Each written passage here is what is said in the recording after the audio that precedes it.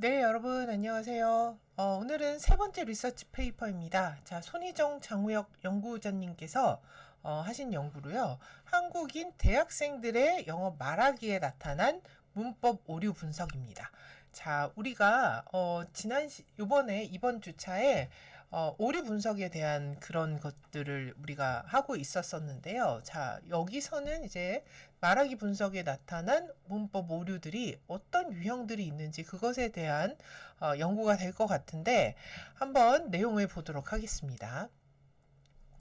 자, 서론 부분에서는 이렇게 시작을 합니다. 제2언어 학습자가 외국어를 학습하는 과정에서 범하는 오류를 수집하여 분석하는 것이 제2언어 습득과 외국어 교육 분야를 연구하는 데 있어서 오류는 중요하다라고 그 포인트를 가져가고 있습니다.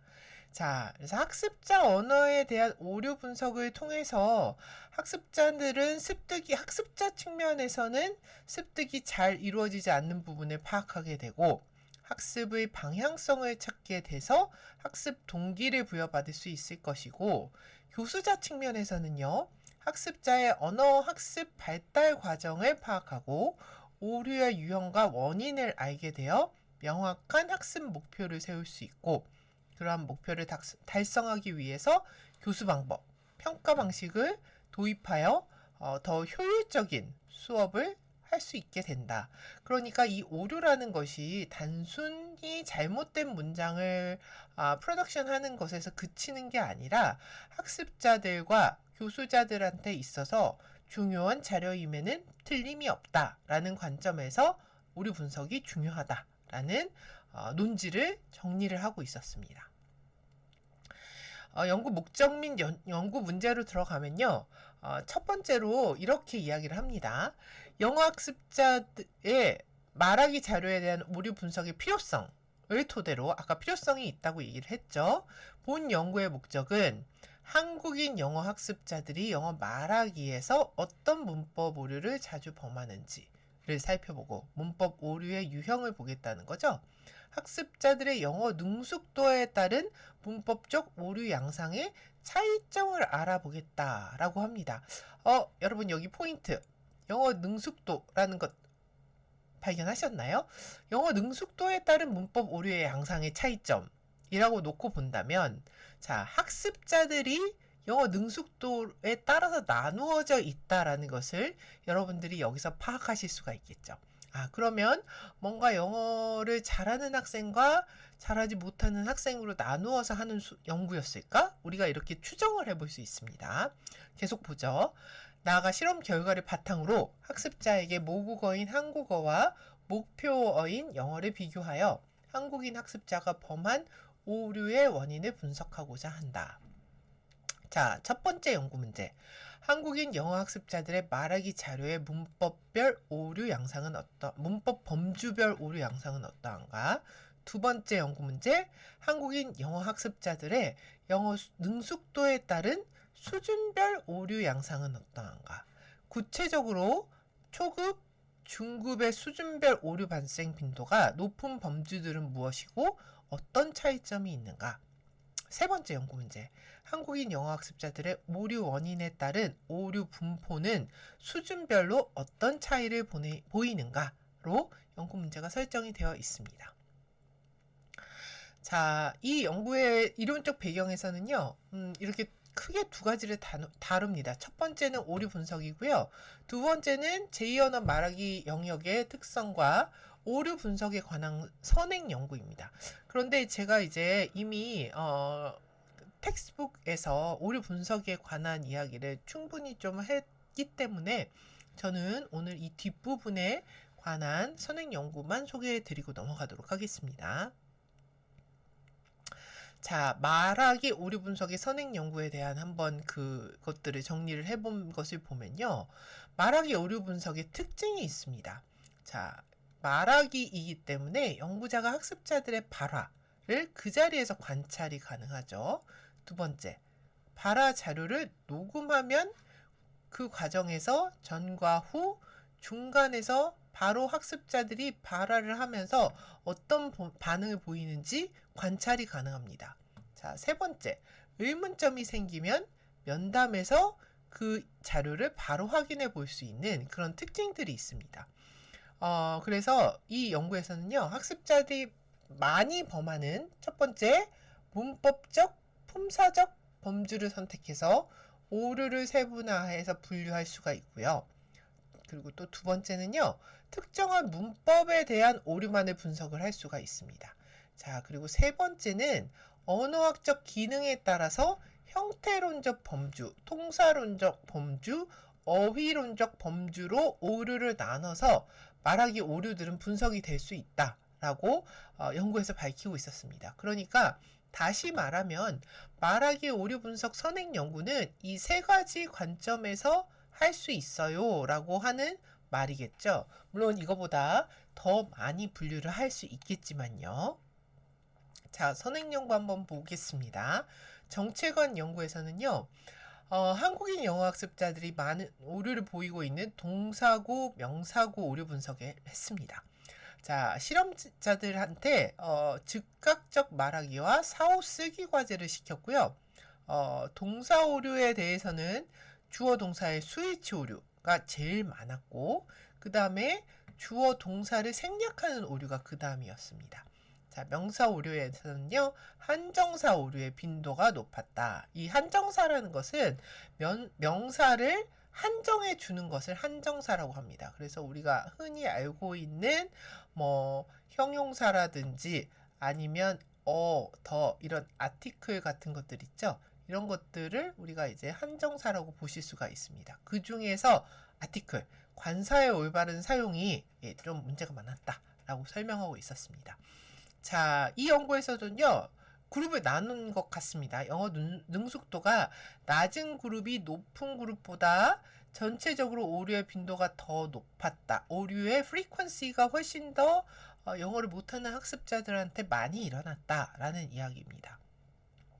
최은영 연구에서는요, 문법적 범주에 따른 오류 분석을 실시를 했습니다. 자, 자가 수정을 통한 오류 인식에 대한 실험을 했는데요. 이 자가 수정이라는 것은 셀프 커렉션을 한 다음에 오류를 인식하게 하는 실험을 했다는 거예요. 자, 6개 문법 범주로 나누었고요. 그것들이 명사구, 동사구, 전치사구, 절 문장 구조, 형용사구, 기타, 뭐 숫자, 단위, 가격 단위 이런 것들로 한번 분석을 해봤는데 여기서도 명사구 오류, 동사구 오류가 많았나 봐요. 명사구 오류는 명사구의 수 불일치가 제일 많았고 그 다음에 관사 쓰는 것, 그 다음 대명사 쓰는 것. 동사구 관련해서는요, 비동사 오류, 본동사 어휘 선택 오류, 조동사 어휘 선택 오류 이런 것들이 많았다라고 정리되고 있었습니다.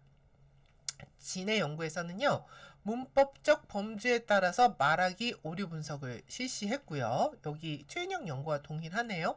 자, 오류의 형태를 형태 구조적 범주에 따라서 명사구, 동사구, 문장구조, 형용사구, 전치사구, 기타 영역 이렇게 나누어서 보았고요. 이것들이 어떤 것이 많이 나타났느냐.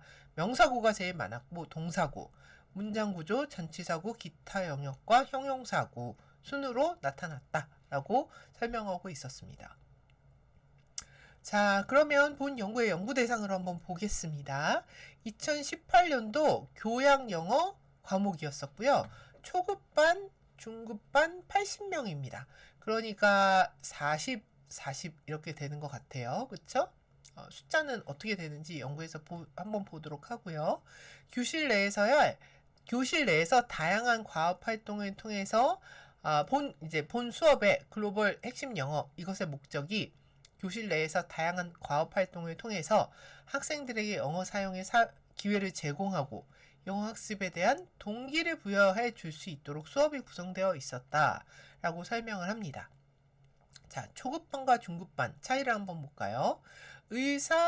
영어 의사소통 능력의 함양을 위해서 일상생활에 필요한 기초 영어부터 간단한 인터뷰 등 대학생활에 필요한 회화 실력 향상이 목표였고요.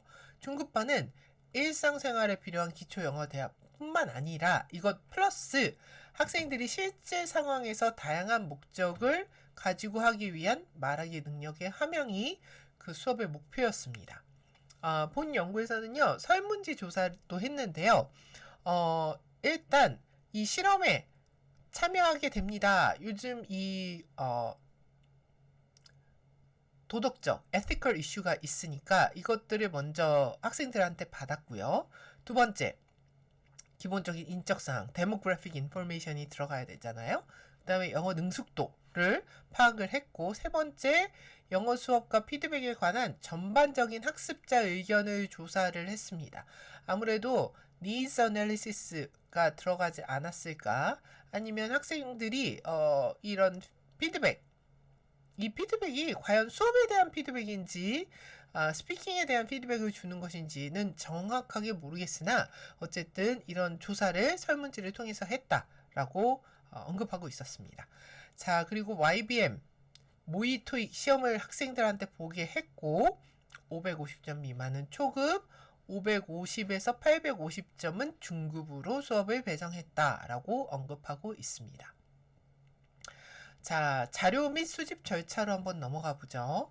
교양 영어 수업을 한 학기 수강하고 나서 기말고사 응시일인 14, 15주차에 학기 말 평가를 위해서 본 시험을 수행을 했습니다. 자, 학생들 아까 봤던 설문지 조사를 하고 그 다음에 녹음을 했는데요. 스피킹이다 보니까 어떻게 그런 그리고 조용한 환경에서 1대1 면담을 하면서 실험에 참여했다라고 하고 있습니다. 아무래도 스피킹이다 보니까 학생들을 여러 명을 한 방에 놓고 라이팅처럼 스피킹을 시킬 수가 없잖아요. 그래서 1대1로 학생들을 불러서 말하기 활동을 시켰다라고 이야기를 하고 있고요. 자, 어떻게 했냐? 좀 자세하게 보면 컴퓨터 화면을 통해서 문제를 확인하고 그 다음에 시험을 치르면서 동시에 참가자들이 스스로 핸드폰 음성 녹음을 했다라고 언급이 되어 있습니다. 자, 그러니까 내가 말하는 것을 내가 음성 녹음기를 틀어놓고 녹음을 했다는 겁니다. 자, 근데 여러분들 이 핸드폰 음성 녹음이 오류가 날 수도 있고 녹음이 제대로 안 될 수도 있죠. 그쵸? 그렇기 때문에 문제가 생기는 것에 대비해서 연구자도 같이 녹음을 했다라고 동시 녹음을 진행했음이 언급이 되어 있습니다. 자, 문제는 토익 스피킹에 나왔던 파트 2의 사진 묘사와 파트 3의 듣고 질문에 답하기 문제를 채택을 했고요. 말하기 시험을 모두 마친 직후에 실험 참가자들은 본인의 핸드폰에 녹음한 두 문제에 대한 답변을 바로 그 자리에서 폴더에 개인 음성 파일을 업로딩 했다라고 되어 있고요. 자, 이것을 다운로드해서 채점자는 2명입니다. 원어민 채점자와 함께라고 되어 있으니까 연구자하고 원어민 채점자 이 두 사람이 듣고 전사해서 스크립트를 작성했다. 그러니까 스피킹이다 보니까 트랜스크립션이 반드시 필요합니다. 그래서 오류를 우리가 잡아내야 되니까요. 그래서 전사하고 그것을 함께 듣고 이런 과정을 거쳤다라고 언급이 되어 있습니다. 자, 이게 그 학생들이 보고 문제를 풀었던 두 가지 문제입니다. 그래서 첫 번째 describe a picture 이 그림을 보고 이 인스트럭션에 대해서 말하기를 했고요. 준비 시간 30초, 말하기는 3분 동안 진행을 했습니다. 자, 그 다음에 두 번째 respond to question 이것도 준비 시간 30초, 말하기 3분 이렇게 진행을 했습니다. 그래서 Can you tell me about a memorable vacation that you've taken? 자, 너네 기억나는 방학 보냈던 게 있느니? 이렇게 물어보는 질문이었습니다. 자, 말하기 자료의 오류 확인 과정은 다음과 같습니다. 코도르는요, 1981년도 논문이었었는데요. 연구였는데, 학습자 언어 자료의 체계적인 분석 특성을 연구하기 위해서 학습자 언어 자료에서 체계적인 오류와 언어 수행상의 실수는 미스테이크죠. 구분하는 오류 확인 과정을 거치는 것이 필요하다라고 언급이 되고 있었고요. 두 개의 과제에 대한 80명 분이었으니까 과제는 총 160개였다라고 보시면 됩니다. 자, 그래서 그리고 만약에 실험이 끝나고 녹음을 업로드한 이후에 학습자들한테는 한번 다시 듣고 확인해 봐라. 자가 수정, 셀프 코렉션 기회를 줬다고 합니다. 그렇지만 셀프 코렉션 한 것을 어떻게 업로드 했는지 그런 것에 대한 이야기는 없었던 것 같습니다. 자, 총 수집된 오류는 3,277건이었었고요. 오류 분석 틀을 만들었겠죠? 이것을 맞추어서 솔팅을 하고 그리고 그것을 분석을 했습니다. 그리고 이 오류들은 어디까지 포함할 수 있느냐? 의사소통에 장애를 줄 수 있는 총체적 오류, 의사소통의 메시지에 큰 영향을 주지 않는 국소적 오류를 모두 포함했다. 그리고 비문법적 표현들은 물론 문법적 표현이지만 옳지 않거나 어색한 표현들도 모두 오류에 포함을 시켰다라고 언급하고 있었습니다. 자, 그리고 아까 여러분들 채점자가 2명이었죠? 연구자하고 non-native 스피커인 연구자와 네이티브 스피커 이렇게 2명의 채점자가 있었습니다. 자, 그래서 이 2명의 서로 하면서 너는 이거 어떻게 채점했어? 너 이거 오류라고 생각하니? 그것들을 지속적으로 상의하면서 채점했다라고 언급되고 있었습니다. 자, 그리고요, 본 연구에서는요, 진과 킴의 연구에서 나타난 6가지 분류 체계, 세부 문법 범주들에 따라서 기존 연구들의 분석 틀을 활용한 거죠. 오류를 분류했다라고 언급되고 있었고요. 학습자들이 범한 모든 오류들을 각각 전체 문법 범주들과 세부 문법 범주로 구분해서 오류 분석틀에 각각 기록해서 오류 빈도수와 비율을 계속 계산했다. 그러니까 명사 오류 중에서도 다양한 오류들이 있을 거 아니에요? 그래서 이거는 문법 범주 명사이고 세부 범주 1, 2, 3, 4 뭐 이런 식으로 나누어서 이 오류는 2번에 해당하고 명사 오류에 해당한다. 이렇게 코딩을 한 것이겠죠. 자, 오류의 빈도와 비율은 수준별 분류되어서 또 계산되었다. 그래서 이렇게 전체 오류도 보고 수준별로도 오류가 어떻게 다른가 그것도 계산했다라는 말입니다. 자, 상위 10개 세부 범주 중에서 높은 빈도율을 보이는 오류들을 다시 학습자들의 영어 수준별로 분류를 했고요. 수준별로 분류된 상위 10개의 범주 오류들을 리차드의 분석 기준인 모국어 전이 아니면 언어의 전이 그리고 이게 함께 모호한 오류가 추가되어서 오류의 원인을 분석을 했다. 오류가 어떤 오류가 있는지도 보고 이 오류의 원인이 무엇인지도 보았다라고 설명하고 있었습니다. 자, 그리고요, 이런 기준에 입각해서 오류를 카운팅했다라고 합니다. 자, 첫 번째는요, 한 문장 안에 여러 개의 오류가 있을 수가 있죠. 그럴 때는 그 숫자만큼 오류에 포함시켰다. 두 번째, 동일한 학습자가 같은 과제 내에서 똑같은 어휘 혹은 문장의 조건에서 반복적인 오류를 범했을 때는 하나의 오류를 계산했다. 예를 들어서 어떤 문장 안에서 the가 생략이 된 the table 이런 식으로 더가 생략이 된 테이블 이렇게 쓰이면 이것은 오류 1, 오류 2 이렇게 카운트한 게 아니고요. 이건 같은 명사구의 오류잖아요. 그러니까 이것은 하나의 오류로 보았다라는 점입니다. 자, 세 번째. 동일한 학습자가 다른 문맥에서 같은 종류의 범주에 해당하는 오류를 범하는 경우에는 다른 오류로 계산했다라고 언급하고 있었습니다. 자, 예시문을 아래와 같이 주었었는데요.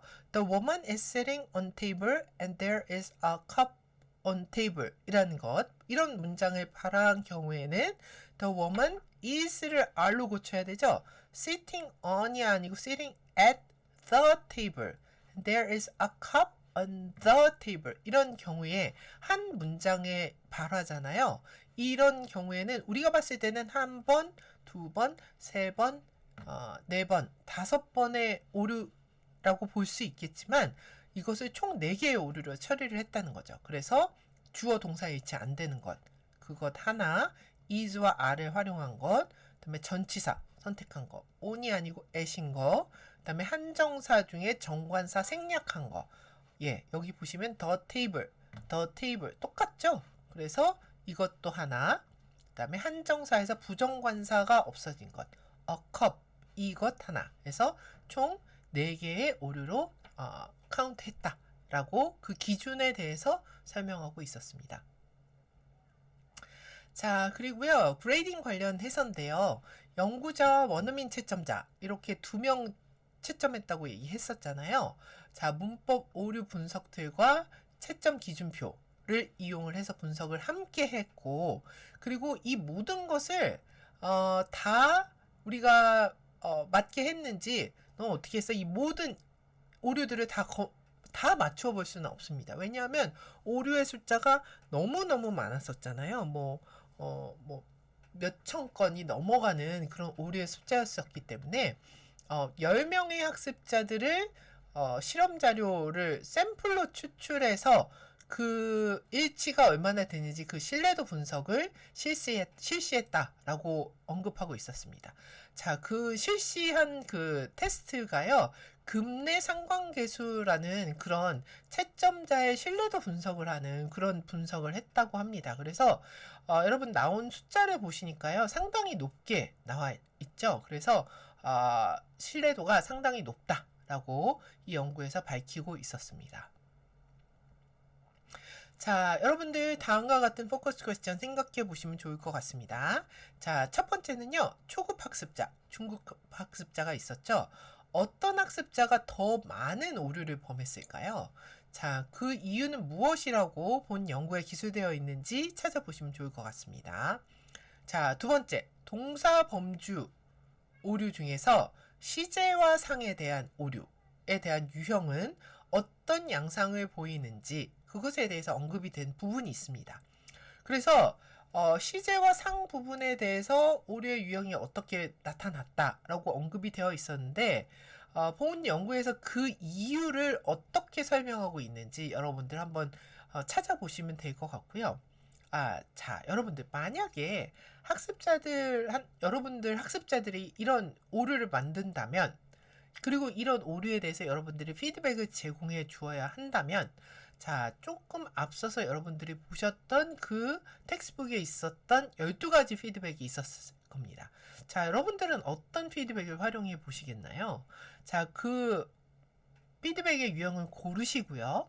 왜 그 유형의 피드백을 고른 이유가 있으신지 그 이유에 대해서 기술해 주시면 될 것 같습니다.